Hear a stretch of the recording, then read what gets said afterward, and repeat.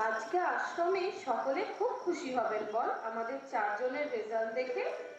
হ্যাঁ মুগলি, তুই উত্তরে পাস করেছিস শুনলে বড় বড়মা খুব খুশি হবে। ওই মানুষগুলির খুশির জন্যই তো আমার সব কিছু করতে ইচ্ছা করে।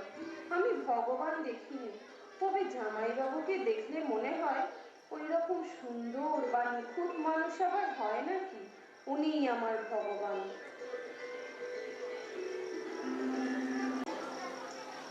সত্যি আজ খুব আনন্দের দিন মা। সৎসঙ্গ থেকে এই প্রথমবার মেয়েরা ম্যাট্রিক পাস করলো। সবই পরম পিতার ইচ্ছা।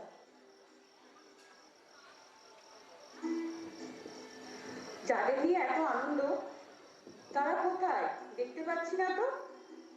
হ্যাঁ সত্যি তাই, তারা কোথায় গেল? এই প্রসাদী, ওদের একটু খবর দে তো। আগে দাদা, আমি দেখছি। ওই তো ওরা এসে গেছে। থাক থাক বাছা। থাক থাক, তোদের রেজাল্ট গুলো আগে দেখা। এই নিন ঠাকুর আমার রেজাল্ট। বাহ মা, দেখো এ কত ভালো ফলাফল করেছে। বাহ, তুমি অনেক বড় হও। এনে এটা তো, এই তোর রেজাল্টটা দেখা। এই নিন আমার রেজাল্ট। বাহ, তুইও তো খুব ভালো ফলাফল করেছিস মা, দেখো। বাহ, খুব ভালো হয়েছে, তুমিও অনেক বড় হও। এনে এটা তো, কই দেখি তোমার রেজাল্ট। এই নিন মা, এটা আমার রেজাল্ট। বাহ, তুমিও খুব ভালো ভালো ফলাফল করেছো, তুমিও অনেক বড় হও। এ নাও এটা তোমার। মৌলি, কই দেখি তোমার রেজাল্ট। এই নিন মা আমার রেজাল্ট। বাহ মৌলি, তুমি অনেক ভালো রেজাল্ট করেছো। এনে দেখ অনুকূল। বাহ বুবলি, তুই তো অনেক ভালো ফলাফল করেছিস। খুব ভালো হয়েছে বুবলি, খুব ভালো হয়েছে। পরম পিতার আশীর্বাদ সবসময় তোর মাথার উপর আছে, তুই আরো এগিয়ে যা। খুব ভালো হয়েছে। এনে এটা তোর। বড় বৌমা কোথায়, খবর দাও গিয়ে। হ্যাঁ, বড় বউ কোথায় গেল? ওই তো বড় বউ এসে গেছে। বড় বউ হাতে আবার মিষ্টি নিয়ে এসেছে। বাহ, খুব ভালো। অনেক বড় হও তোমরা।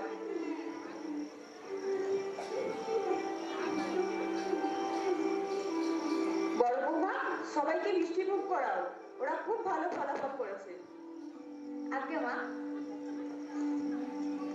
মাসি, তুমি তাহলে এবারে উৎসবে গান বাজনা নাটক সবেতেই অংশগ্রহণ করতে পারবে বলো?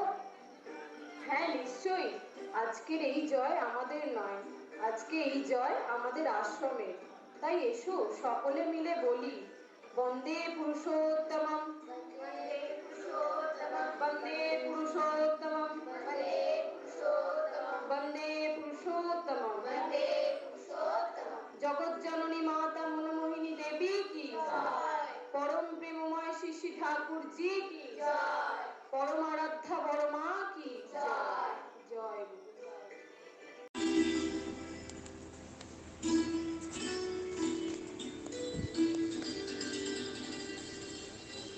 এখানেই শান্ত হলেন না সর্বমঙ্গলা দেবী। ১৩৩২ সালে ইন্টারমিডিয়েট পাশ করানো সর্বমঙ্গলা দেবী এবারে একাই সে পরীক্ষায় উত্তীর্ণ হতে পারল এবং ১০ টাকা করে ডিস্ট্রিক্ট স্কলারশিপ পেল। তারপর পড়ল বিএসসি, তাতেও পাশ করে বেরিয়ে এলো এডওয়ার্ড কলেজ থেকে। পাবনা কলেজের সর্বপ্রথম মহিলা ছাত্রী সর্বমঙ্গলা। এবার তার জীবনে এলো নতুন পথ।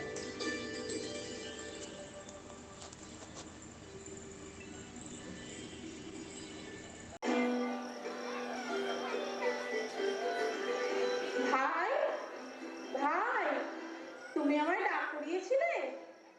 ব্যাপার, তোমার শরীর ঠিক আছে তো? হ্যাঁ দিদি, আপনি এসেছেন, আমরা সবাই ভালো আছি। আপনি ভালো আছেন তো? হ্যাঁ হ্যাঁ, আমি ভালো আছি। থাক থাক থাক। দিদি, বলছিলাম যে মঙ্গলকে এবার আশ্রম থেকে এনে নিজের কাছে রাখুন। পড়াশোনা তো যথেষ্ট হলো, আর কেন? অত লেখাপড়া তো আমাদের পরিবারের কোনো মেয়েই শেখে না। অত শিক্ষিত মেয়ে পাবনা জেলার মধ্যেও হয়নি এখনো। গানে বাজনায় লেখাপড়ায় জেলার ভেতর সেরা মেয়েও। সবই ঈশ্বরের ইচ্ছা। খুব ভালো ঘরে বিয়ে দেবো আমরা ওর। সম্বন্ধ পেয়েছি একটা। আর ছেলেটি পাটনা হাইকোর্টে অ্যাডভোকেট, মস্ত ধনী লোক তারা। বাড়ি গাড়ি পোয়া প্রতিপত্তি কোনো কিছুরই অভাব নাই। ও তাই? ওখানে বিয়ে হলে খুবই সুখে থাকবে মেয়ে। খরচপত্রও করতে হবে না বিশেষ। দাবি দেওয়াও কিছু নাই পাত্রপক্ষে। ওকে নিয়ে আসুন, মেয়ে দেখানোর ব্যবস্থা করি। এ তো খুব ভালো প্রস্তাব। আর ভাই, তুমি যখন সমস্ত কিছু নিজে দায়িত্ব নিচ্ছ, আমি অবশ্যই মঙ্গলকে নিয়ে আসবো। আমি কালই যাব বড় মেয়ের বাড়ি। ওনাদের সবাইকার অনুমতি নিয়ে আমি মঙ্গলকে নিয়ে আসবো। বেশ দিদি, খুব ভালো, শুভ কাজে বেশি দেরি না করাই ভালো। হ্যাঁ হ্যাঁ, সে তো নিশ্চয়ই। ভাই, তাহলে আজ আমি আসি। চলুন দিদি, আপনাকে একটু এগিয়ে দিয়ে আসি।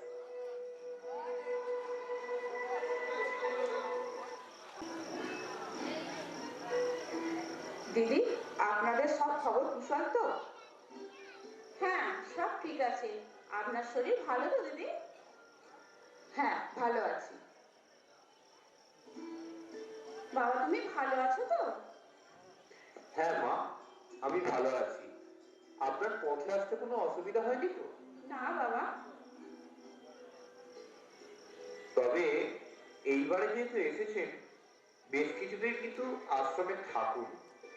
আপনার বড় মেয়েকে তো একটু সুযোগ করে দিন আপনার সেবা করার জন্য।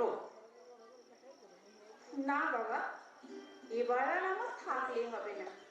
আমি এসেছি একটা পরামর্শ করতে মঙ্গলকে নিয়ে। মঙ্গলের মামা একটা ভালো সম্বন্ধ নিয়ে এসেছে। ছেলের অবস্থা খুব ভালো, পাবনা কোর্টে ওকালতি করে। দাবি দেওয়াও সেরকম কিছু নেই।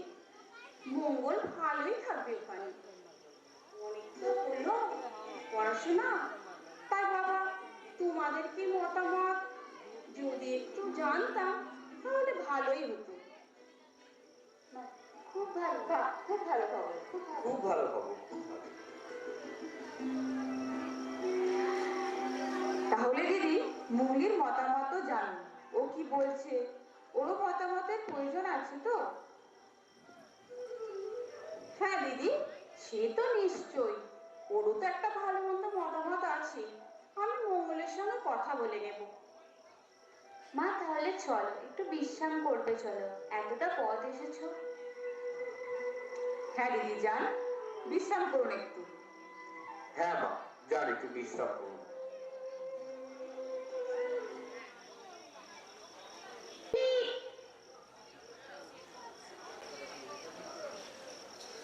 খুব খুশির খবর এনেছি, কিন্তু দুঃখ হচ্ছে তুই আমাদের ছেড়ে চলে যাবি। কেন, কি হয়েছে রে? তুই এরকম বলছিস কেন? এই মঙ্গল। এই এখন আমি আসছি। হ্যাঁ হ্যাঁ, ঠিক আছে। কোথায় রে থাকিস? কখন থেকে খুঁজছি তোকে। আজ একটু মাথায় তেল মাখিয়ে দিয়ে চুলটা বেঁধে দি। কি রুক্ষ মাথায় ঘুরে বেড়াচ্ছে। আয় বস এখানে। হ্যাঁ রে মঙ্গল, অনেক তো পড়াশোনা হলো মা, আধ্যাত্মিক শিক্ষাও পেলি। এবার এগুলো সংসার জীবনে কাজে লাগাতে হবে তো, বল মা।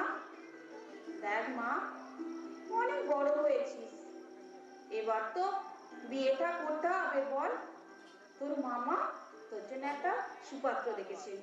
ছেলে পাটনা কোর্টের উকিল, টাকা পয়সা মান সম্মান কিছুরই অভাব নেই। তুই ওখানে খুব ভালো থাকবি, সুখে থাকবি মা। মা, বিয়ে আমি করব না। আরো লেখাপড়া শিখবো, আরো জ্ঞানের চর্চা করব। তারপর সৎসঙ্গের কাজে জীবন উৎসর্গ করব। জামাইবাবুর পাশে থেকে তারই সঙ্গের গঠনমূলক কাজে সাহায্য করব মা। কি বলছিস তুই? মাথা খারাপ হয়ে গেছে নাকি? না মা, এটাই আমার জীবনের উদ্দেশ্য। কেউ মেনে নেবে না, কখনো এটা হতেই পারে না। বিবাহ তোমায় করতেই হবে। না মা, আমি জানি নারীরা হয় লতার স্বভাব, সারা জীবন কোনো শক্তিশালী পুরুষকে অবলম্বন করে চলে। বিবাহের আগে পিতা, বিবাহের পর তার স্বামী, তারপর তার সন্তান। মা গো, আমি শক্তিশালী অবলম্বন হিসেবে জামাইবাবুকে ছাড়া আর কাউকে ভাবতে পারি না মা। শ্রেষ্ঠ পুরুষ সব দিক থেকে তিনি, উনি আমার স্বামী হওয়ার উপযুক্ত।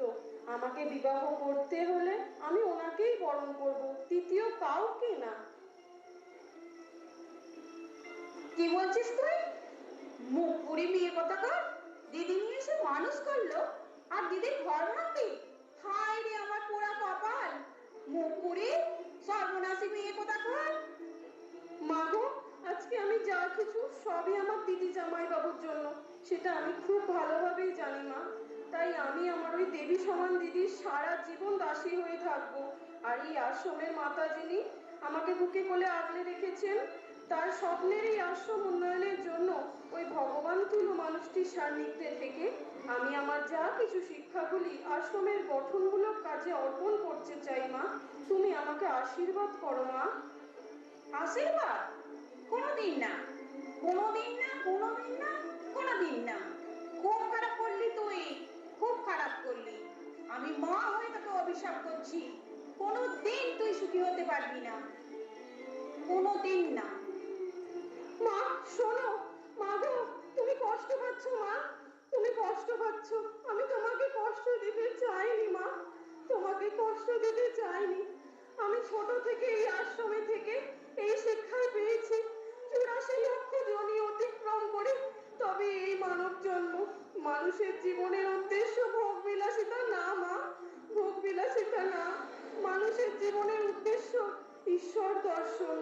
আমি আমার জীবনের ঈশ্বর বা আচার্য সবই ওনাকে মানি। উনি সমস্ত কিছুরই আচরণ করেন লোকশিক্ষার জন্য। তাই আমি নিজের জীবন ওই সৎ কর্মে অতিবাহিত করতে পারলেই আমার মানব জীবন সার্থক করে তুলতে পারবো মা। সে আমার যতই কষ্ট হোক, সে আমার যতই কষ্ট হোক, সে আমার যতই কষ্ট হোক।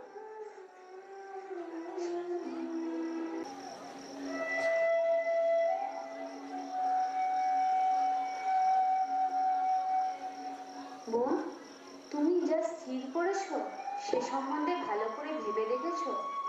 তুমি ছোট নও, ভালো মন্দ বুঝতে শিখেছো। তুমি সুখী হতে পারবে এই পথে এসে। আমাকে দেখেছো ছোটবেলা থেকে, ওনাকেও দেখেছো। সাংসারিক ব্যাপারে উনি কত দূর উদাসীন তাও তোমার অজানা নয়। আমার কথা না হয় ছেড়েই দিলাম, সেদিকে তোমার ভাবতে হবে না।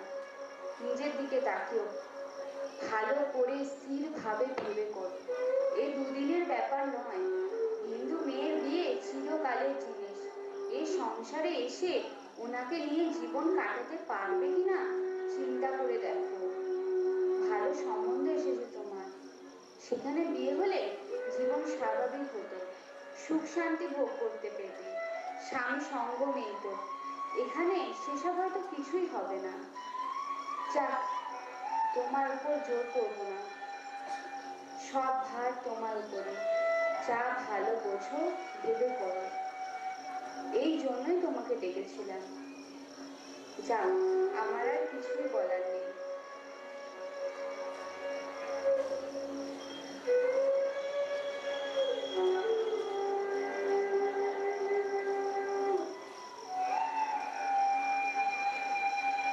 বোন, কোনোদিনই তুমি আমার সামনে এসে কখনো মুখ তুলে কোনো কথা বলেনি।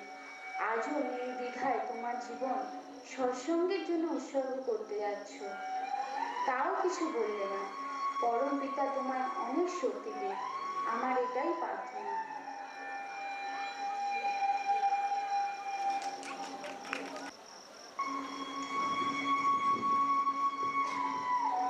হ্যাঁ রে, থমথমে পরিবেশ আশ্রমে। সকলে যেন আমার থেকে কি যেন একটা লোকাচ্ছে। কি হয়েছে রে প্রসাদী? সবাই কুশল মঙ্গল তো? আগে দোষ নেবেন না দাদা, কারণ মন ভালো নেই। মুগলির জন্য যে সম্বন্ধটা এনেছিলেন সেটা মুগলি না করে দিয়েছে। কেন? কেন রে? আসলে দাদা, মুগলি প্রতিজ্ঞা করেছে ওকে যদি বিবাহ করতেই হয় ও তাহলে আপনাকেই বিবাহ করবে, তা না হলে ও সৎসঙ্গে এমনিই রয়ে যাবে, বিবাহ করবে না। সকলে বোঝাচ্ছে, ও কিছুতেই শুনছে না।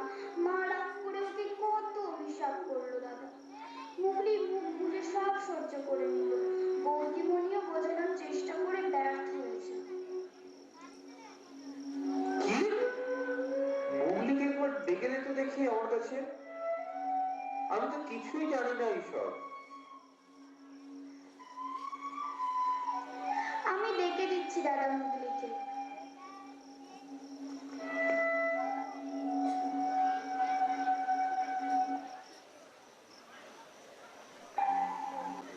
আমাকে ডাকছেন জামাইবাবু? হ্যাঁ, শোন, এখানটা বস। মুগলি, কি শুনছি সকলের কাছে? কথাগুলো কি সব সত্যি?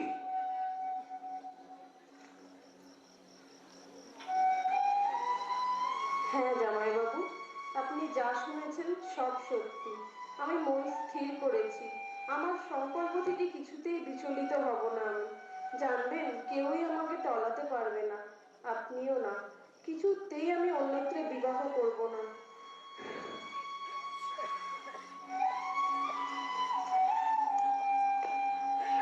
দেখো, তুমি যথেষ্ট বড় হয়েছো, লেখাপড়া শিখেছো, নিজের ভালো মন্দ আশা করি সবই বুঝতে পারবে। তাছাড়া আমার জীবন তুমি দেখেছো, কি করে আমার দিন রাত্রি কাটে তাও তুমি জানো। পারিবারিক জীবন বলে আমার আলাদা করে কিছুই নেই। আর তোমার দিদির সঙ্গে আমার সম্বন্ধ কতটুকু তাও তুমি জানো। তাছাড়া আমার বয়স হয়েছে, তুমি ছেলে মানুষই করো না।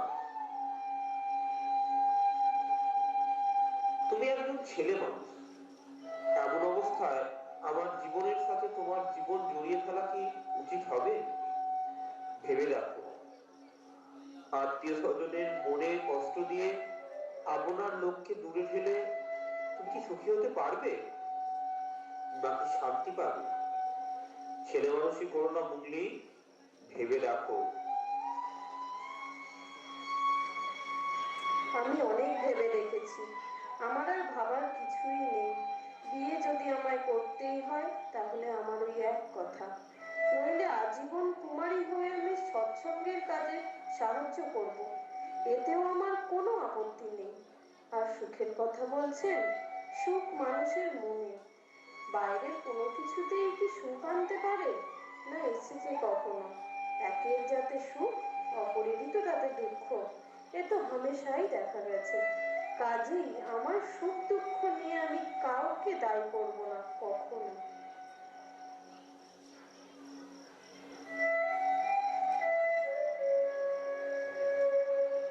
দেখুন জামাইবাবু, আপনার কাছেই তো শুনেছি মেয়েরা যখনই কাউকে মনে মনে পতিত্বে বরণ করে তিনিই তার প্রকৃত স্বামী হন। বাগদানের সঙ্গেই বিয়ে হয়ে যায় মেয়ের। অন্যত্রে বিবাহ দিলে সে দ্বিচারিণী, আপনি বলেননি? আবার এও বলেছেন, কোনো মেয়ে যদি বিশেষ কোনো পুরুষকে পতিত্বে বরণ করে তার বর্ণ, বংশ, বিদ্যা ও চরিত্রের শ্রেষ্ঠত্বে শ্রদ্ধাপরায়ণ হয়ে তবে সে মেয়েকে প্রত্যাখ্যান করা চলে না, সেটা অশাস্ত্রীয়। তাছাড়া ভারতবর্ষে তো প্রাচীন যুগ থেকে চলে এসেছে, সীতা, সাবিত্রী সকলের স্বয়ংবর সভা হয়েছে, নিজেদের শ্রেষ্ঠ বর হিসেবে বরণ করার সুযোগ পেয়েছেন তারা। তাহলে আমার উপর এত বাধা কেন?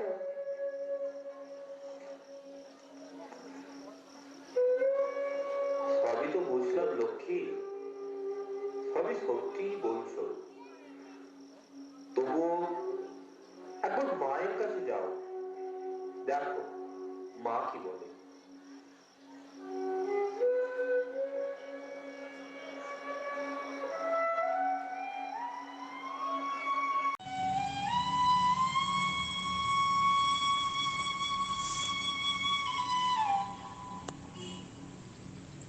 ঠাকুরের কথায় ওই ভরা দুপুরে মুঙ্গলি গেল পুরুষোত্তম জননী মাতা মনমোহিনী দেবীর কাছে। তিনি আশ্রমের সকলের আনন্দবাজার করিয়ে নিজে আহার করিয়া বিশ্রাম নিচ্ছিলেন। মুঙ্গলি আস্তে আস্তে ঘরের দরজা খুললেন।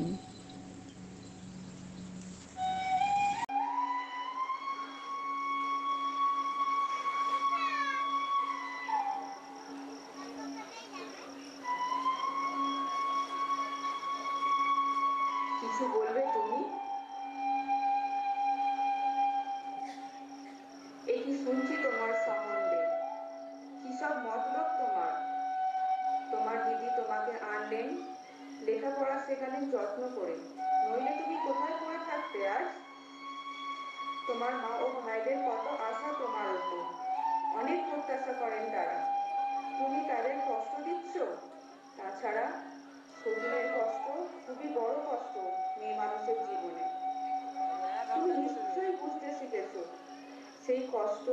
ছোট বোন হয়ে তোমার দিদিকে তুমি দিতে চাও? এ আমি কেমন করে সমর্থন করি বলো? তোমার মা ও আত্মীয় স্বজনেরা আমাকেই দুষছে, তোমার হয়ে আমাকেই করতে হচ্ছে জবাবদিহি।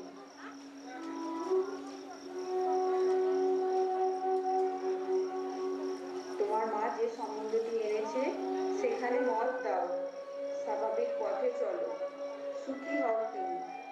তারাও তৃপ্ত হোক, অশান্তির আগুন নিভিয়ে ফেলো।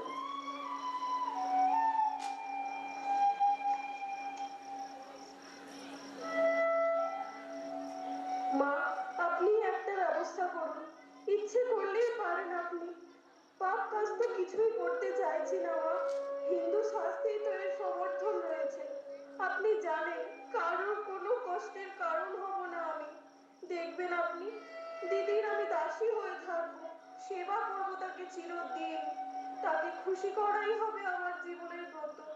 এই সংকল্প আমায় কিছুতেই ছাড়তে বলবেন না মা, প্রাণ গেলেও তা আমি পারবো না কিছুতেই।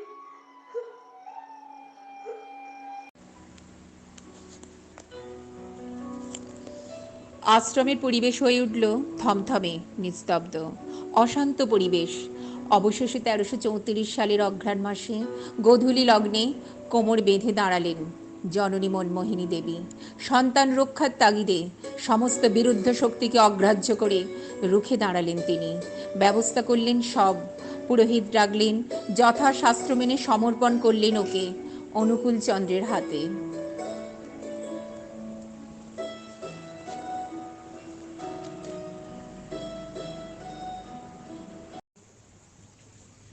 ওং স্বস্তি ওং স্বস্তি ওং স্বস্তি ওং স্বস্তি না ইন্দ্র বৃদ্ধসভা স্বস্তি না ইন্দ্র পুষ্যা বেদ বৃহস্পতি দদাতু ওং স্বস্তি ভবন্তু ঋদ্ধিক ভবন্তু ওং নমো যদিয়ং হৃদয়ং মম তদিত্তং হৃদয়ং তপো যদিয়ং হৃদয়ং মম তদিত্তং হৃদয়ং তপো যদিয়ং হৃদয়ং মম তদিত্তং হৃদয় তপো নমো প্রতিগৃহ্যতাম প্রতিগৃহ্ণামি অয়মারম্ভ সুবয়া ভবতু।